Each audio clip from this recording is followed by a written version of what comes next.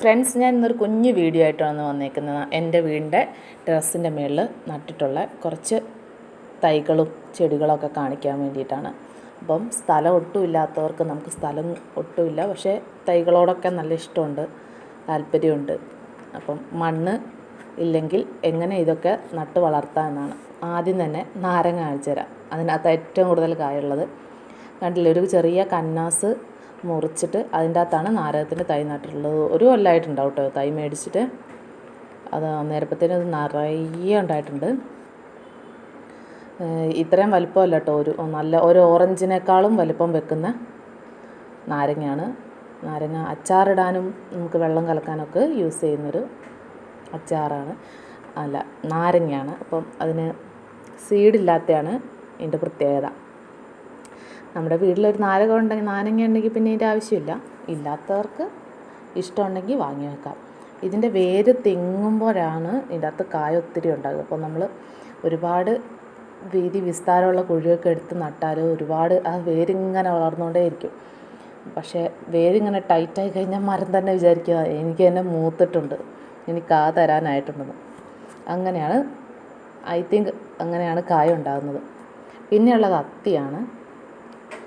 അത്തിക്ക് എന്തോ ഒരു ചെറിയ പ്രശ്നമുണ്ട്. നമ്മളിങ്ങനത്തെ തൈകളൊക്കെ നോക്കുമ്പോൾ നിങ്ങൾക്ക് പെട്ടെന്ന് പുഴുവും അതും കേടുകളൊക്കെ വരും കേട്ടോ. അപ്പം നമ്മളെപ്പോഴും ശ്രദ്ധിച്ചുകൊണ്ടിരിക്കണം. ശ്രദ്ധിക്കാഞ്ഞിട്ടുണ്ടല്ലേ കാടൊക്കെ വന്നത്. അപ്പോൾ കണ്ടപ്പോഴാണ് പറിച്ചു തന്നത്. അപ്പോൾ അത് വീഡിയോ എടുത്തുകൊണ്ടിരിക്കുമ്പോഴാണ് അതിൻ്റെ ചുവട്ടിലൊരു അത്തീൻ്റെ കാ വീണ് കിടക്കുന്നതന്നെ കണ്ടത്. ഒട്ടും ആയിട്ടില്ല കേട്ടോ, അത് പിഞ്ച.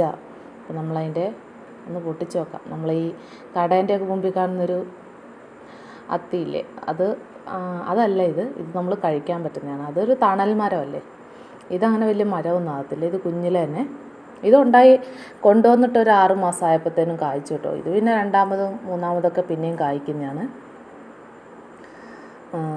ഉണ്ടോ, ആ ഇലയൊക്കെ പിടിക്കുമ്പോഴത്തേനും പോയിരുന്നുണ്ട്. എന്തോ ഒരു ചെറിയ പ്രശ്നമുണ്ട്. അപ്പം നമ്മളിങ്ങനെ മരുന്നൊന്നും അടിക്കാറില്ല. ഉണ്ടാകുമ്പോൾ തിന്നാം. മരുന്നടിക്കുന്നതാണെങ്കിൽ ഇപ്പം നമ്മൾ കടയിൽ നിന്ന് മേടിച്ചാൽ പോരെ, ഇങ്ങനെ നട്ട് ഉണ്ടാക്കേണ്ട ആവശ്യമില്ലല്ലോ. പിന്നെയുള്ളൊരു മാവാണ്.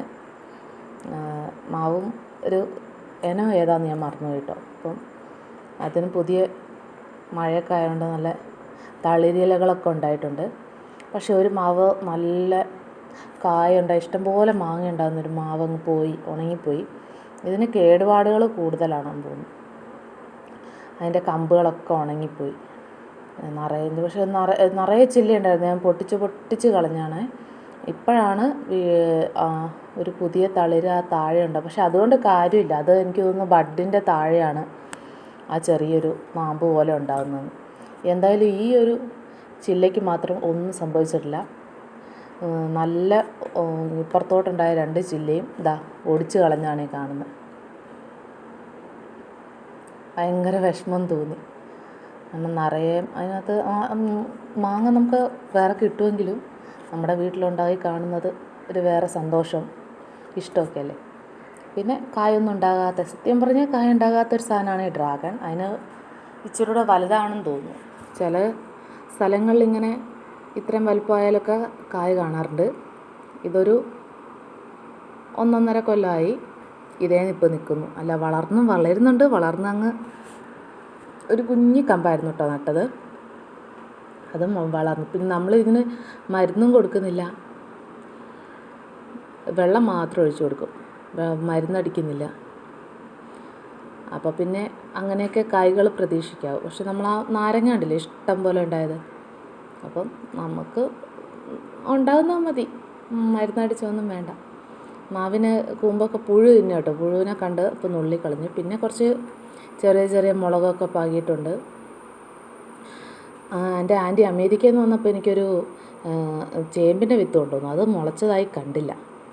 ഇന്ത്യന്ന് ചേമ്പിൻ്റെ വിത്ത് മനസ്സിലാക്കിയെന്ന് തോന്നുന്നു. എന്താ അറിയില്ല, മണ്ണിൽ നിന്ന് ഇങ്ങോട്ട് പൊന്തുന്നേയില്ല. മഴ ചാറുന്നുണ്ടായിരുന്നു കേട്ടോ, അതാണ് ഞാൻ ഫോൺ ഇച്ചിരി അങ്ങനെ വെച്ചത്. പിന്നെ ഇത് ഓറഞ്ചാണ്. ഓറഞ്ച് നമ്മുടെ നാട്ടിലും കായ്ക്കും. കണ്ടോ ചെറിയ കായ ഉണ്ടായത്. ഇതിനകത്ത് എയർപോർട്ടിലാണ് നട്ടിട്ടുള്ളത്. അപ്പം എല്ലാം ചെറിയ ടിന്നുകൾ, ഗ്രോ ബാഗുകൾ, അതിനകത്തൊക്കെയാണ് നടുന്നത്. ഇത് ചെറിയൊരു ബക്കറ്റിനകത്താണ് നട്ടിരിക്കുന്നത്, ചെറിയൊരു പെയിൻറ്റ് ബക്കറ്റിൽ. ഇതാണ് മിറാക്കിൾ ഫ്രൂട്ട്. നിറയെ ഫ്രൂട്ട് ഉണ്ടാകാറുണ്ട്. ഇതിനൊരു സീസൺ ഉണ്ടെന്ന് തോന്നുന്നു. കാരണം ഏത് സമയം പോയാലും ഇങ്ങനെ ഒരു നിറച്ച് പൂത്ത് നിൽക്കുന്നതാണ്. പക്ഷേ കായായിട്ട് കാണാറില്ല. കായായിട്ട് വർഷത്തിൽ ഒരു തവണയേ ഉണ്ടാകത്തുള്ളൂ. ഉണ്ടാകുമ്പോൾ ഇഷ്ടം പോലെ ഉണ്ടാവും കേട്ടോ. പിന്നെ അതൊരു വലിയ ഫ്രൂട്ടായിട്ട് കഴിക്കാൻ പറ്റില്ലല്ലോ. ജസ്റ്റ് ഒരു മധുരം, ഒരു രസം, അത് തന്നെ. ഇരട്ടി മധുരമില്ലേ, അത് തിന്നുന്ന പോലെയൊക്കെ തോന്നും. നമുക്ക് ഈ ക്രിസ്റ്റീന എന്ന് പറഞ്ഞ ചെടിയൊക്കെ വീടിന് മുമ്പിൽ എല്ലാവരും വെക്കാറുണ്ട്. അതിന് പകരമായിട്ട് ഞാൻ സജസ്റ്റ് ചെയ്യുന്നതാണ് മിറാക്കിൾ. ഒന്നുമില്ലെങ്കിൽ കായെങ്കിലും കിട്ടും. പിന്നെ അതേപോലത്തെ ബ്യൂട്ടിയുണ്ട്. നല്ലൊരു പോട്ടിലാണ് വെക്കുന്നതെങ്കിൽ അടിപൊളിയായിരിക്കും. പിന്നെ താഴേന്ന് വളർന്ന കുറച്ച് കോവയ്ക്കുണ്ട്. കാച്ചിലിൻ്റെ വള്ളി നിറയെ നിറഞ്ഞിട്ടുണ്ട്. അതിനൊന്ന് വെട്ടിക്കളയണം. സംഭവം ഈ റൂമിൻ്റെ ഇതിൻ്റെ താഴെയുള്ള റൂമിൽ ഭയങ്കര തണുപ്പാണ്. അപ്പുറത്തെ സൈഡിൽ നിറയെ റബ്ബർ മരങ്ങളും ഉള്ളതുകൊണ്ടും പിന്നെ ഈ വള്ളി ഇങ്ങനെ പന്തലിച്ചിരിക്കുന്നതുകൊണ്ട് ഭയങ്കര ഫുൾ ടൈം AC-യാണ്. ഇപ്പം മഴക്കാലം കൂടെ ആയതുകൊണ്ട് പ്രത്യേകിച്ച്. പക്ഷേ കോവയ്ക്ക ബെറ്ററായി കിട്ടണമെങ്കിൽ കാച്ചിലിൻ്റെ വള്ളി അവിടെ ഒന്നും ശരിയാവില്ല. അപ്പോൾ അതിനൊന്ന് വെട്ടിക്കളയണം. അതിനുള്ള സമയം കിട്ടിയില്ല. അതുകൊണ്ട് അതവിടെ ഇങ്ങനെ വളർന്നു പന്തലിച്ച് കയറിയിരിക്കുന്നു. കോവയ്ക്ക നല്ല ചെമ്മീനൊക്കെ ഇട്ട് തോരൻ വെച്ചാൽ അടിപൊളിയാണ്. എനിക്കതാട്ടോ കോമ്പിനേഷൻ ഇഷ്ടം. പിന്നെ ഉള്ളത് നമ്മുടെ സ്റ്റാർ ഫ്രൂട്ടാണ്. ഇഷ്ടംപോലെ കായ ഉണ്ടാകുന്ന സ്റ്റാർ ഫ്രൂട്ടാണ്. അപ്പോൾ പക്ഷേ ഇപ്പോൾ കായില്ല കേട്ടോ. അത് മഴക്കാലമായതുകൊണ്ട് അതിൻ്റെ ഒരു സീസൺ കഴിഞ്ഞുകൊണ്ടായിരിക്കും. ഓൾ സീസണാണ്, പക്ഷേ എന്തോ ഇതിൻ്റെ അകത്ത് ഇപ്പോൾ ഇല്ല. പക്ഷേ ഉണ്ടായിരുന്നു. കാരണം കുമ്പളത്തിൻ്റെ വള്ളിയൊക്കെ അതിൻ്റെ അകത്ത് വലിഞ്ഞ് കയറിയോണ്ട് അത് തന്നെ ഒരു കാറ്റടിച്ചപ്പോൾ ഈ ബക്കറ്റ്, കുഞ്ഞു ബക്കറ്റല്ലേ, ബക്കറ്റിനകത്ത് ഇതിന് ഇച്ചിരി തൈക്ക് കുറച്ച് വലിപ്പമുണ്ട് കേട്ടോ, പൊക്കമുണ്ട്. എന്നേക്കാളും പൊക്കമുണ്ട്. എനിക്ക് അത്യാവശ്യം പൊക്കമുണ്ട്.